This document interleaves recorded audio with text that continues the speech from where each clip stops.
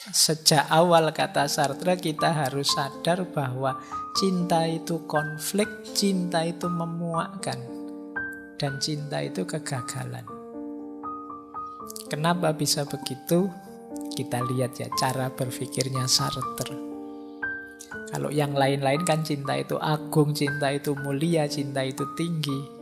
Tapi justru kata Sartre, cinta itu mengancam keberadaan kita. Karena aku ini makhluk merdeka, engkau juga makhluk merdeka.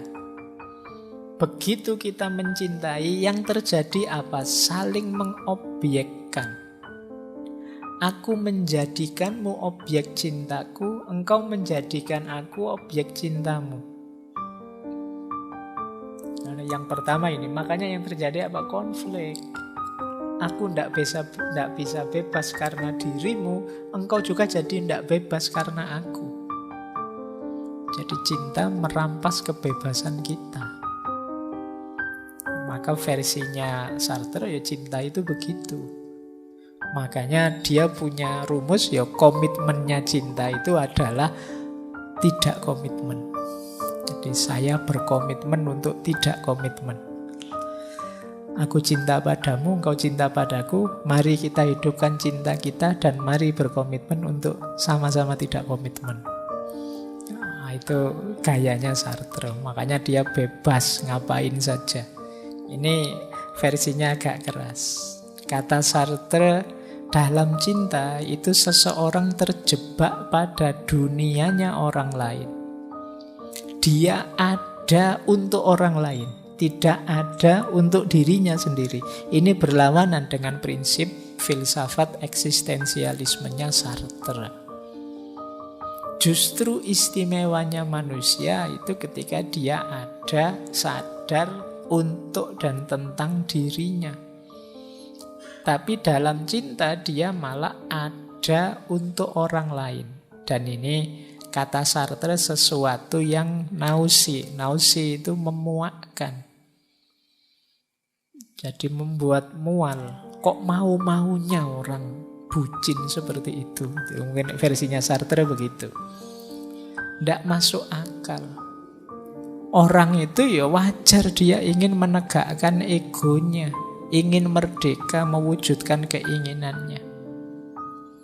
Nah, dalam cinta itu orang ya wajar ingin mengobjekkan yang lain karena setiap orang ingin jadi subjek. Misalnya aku mencintaimu, ini selanjutnya harus aku menaklukkanmu, aku menguasaimu dan aku yang berdiri eksis sebagai diriku. Engkau harus kalah. Tapi yang sana juga begitu, apa ya mau dia manusia dibegituin saja, dijadikan objek. Dia juga subjek, ingin mengobjekkan kita. Jadi momen saling mencintai itu sebenarnya pertarungan saling mengobjekkan. Engkau harus ikut keinginanku, yang sana juga harus ikut keinginan sana kita. Jadi itu yang disebut oleh Sartre, cinta itu konflik dan memuakkan. Akhirnya apa? Kegagalan. Semuanya hancur. Kenapa? Semuanya akan kehilangan dirinya. Apalagi cinta romantik. Kata Sartre, di balik cinta romantik itu kan ada hasrat seksual. Diakui atau tidak, selama masih normal ada hasrat ini. Turun ke hasrat seksual itu berarti apa? Kita melihat lawan jenis itu hanya di level tubuhnya saja, dagingnya saja. Dan ini degradasi, kata Sartre. Jadi kita memperlakukan dia sebagai daging saja dalam tanda petik, sebagai tubuh saja. Dia sebaliknya juga begitu. Ternyata yang berubah hanya dilihat jadi tubuh saja. Tidak hanya dia, tapi kita juga begitu dari perspektifnya dia. Jadi kita sama-sama degradasi, turun level. Karena sama-sama turun level ya kita sama-sama gagal jadi diri kita sendiri. Pertanyaannya kemudian kok mau begitu? Jawabnya Sartre ya mesti dua-duanya mau karena enak. Nyaman.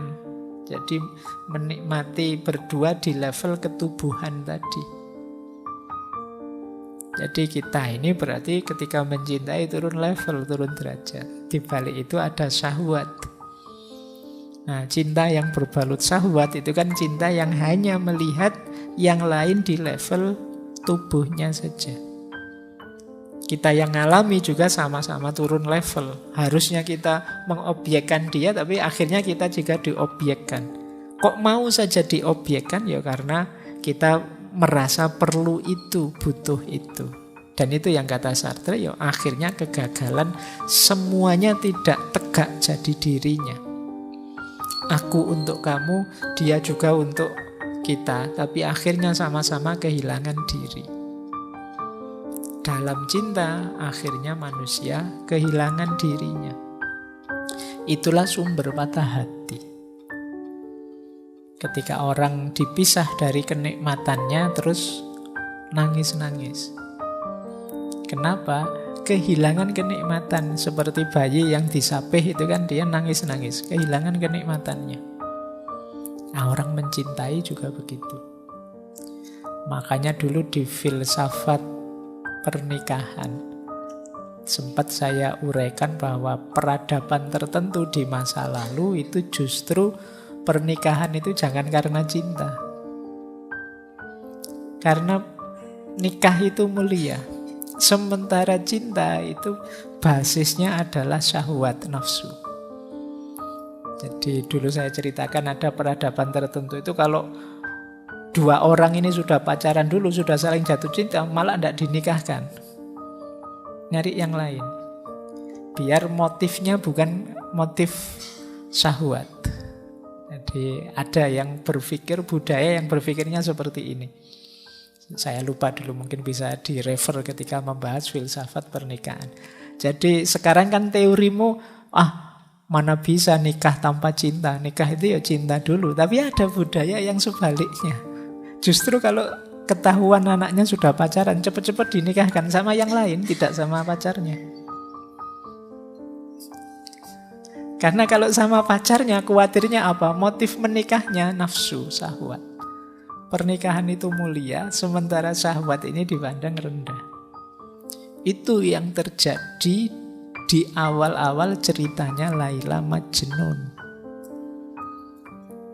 Kenapa Majnun dipisahkan dari Laila? Padahal ini dua remaja dari suku yang sama-sama levelnya tinggi, terkenal karena pacaran. Jadi ketika pacaran ya dianggap ini syahwat, tidak boleh. Menjatuhkan martabatnya suku. Maka dipisah mereka. Dianggap aib kalau mereka menikah saat itu.